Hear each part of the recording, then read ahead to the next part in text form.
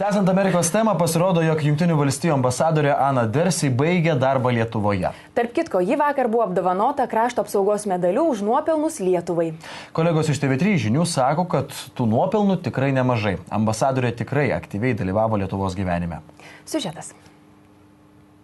Eitai piina via visą dieną grybais lėja, visą dieną nuo pat ryto grybais krito.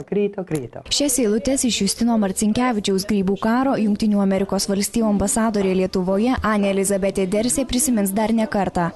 Mat diplomatė baigė 3 metų kadenciją ir ketina sugrįžti į gimtuosius namus Amerikoje, kur artimuosius bandys užkrėsti aistrą grybauti. Išvykdama Amerikos ambasadorė džiaugiasi, kad šiandien santykiai tarp Jungtinių Amerikos valstijų ir Lietuvos yra glaudesni bet kada anksčiau. Aš manau, kad darbas visose srityse - saugumo ir gynybos, ekonomikos ir energetikos santykiai, ryšiai tarp tautų, turiuomenyje kultūriniai, išsilavinimo, moksliniai.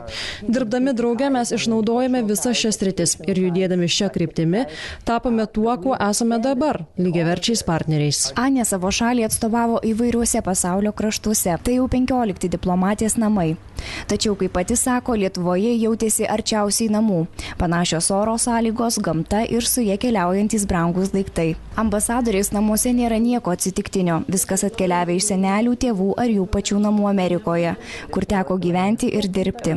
Ir rūpintojelis, aš žinau. Dersės vyras, taip pat buvęs diplomatas, paklaustas, ką žino apie Lietuvą, iš karto patraukė prie knygų lentynos. Kai aš buvau berniukas, jis buvo mano Amerikos sporto herojus. Galiu jūs patikinti, nes turiu knygą. Tai mėgstamiausia mano knyga, kurią aš rodau savo draugams Lietuvoje.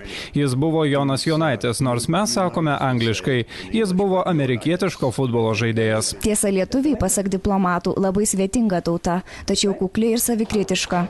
Perprasti lietuvių gyvenimo būdą ir papročius ambasadorė stengiasi per kalbą. Iš atvykdama į Lietuvą, aš mokiausi tik 6 savaitės Amerikoje. Bet čia, kiekvieną dieną su mokytoja ambasadoje, aš mokiausi. Ir aš tikrai stengiuosi kalbėti sklandžiai, atsiprašau už klaidas. O kas buvo sunkiausia, kai pradėjome? Kirčiavimas. Tikrai neįmanoma. Neįmanoma. Bet po truputį. Lietuvą šiai amerikiečių šeimai primins juoda labradorė. Šalies muitinėje tarnybą atlikusi kalytė turėjo būti užmigdyta, tačiau ambasadorė ją priglaudė. Anės Dersės teigimu, tai geriausia dovana, kokią parsiveš į Ameriką. Diplomatė nebejoja, į Lietuvą būtinai sugrįš, bent jau kaip turistė. Okay, Tracy.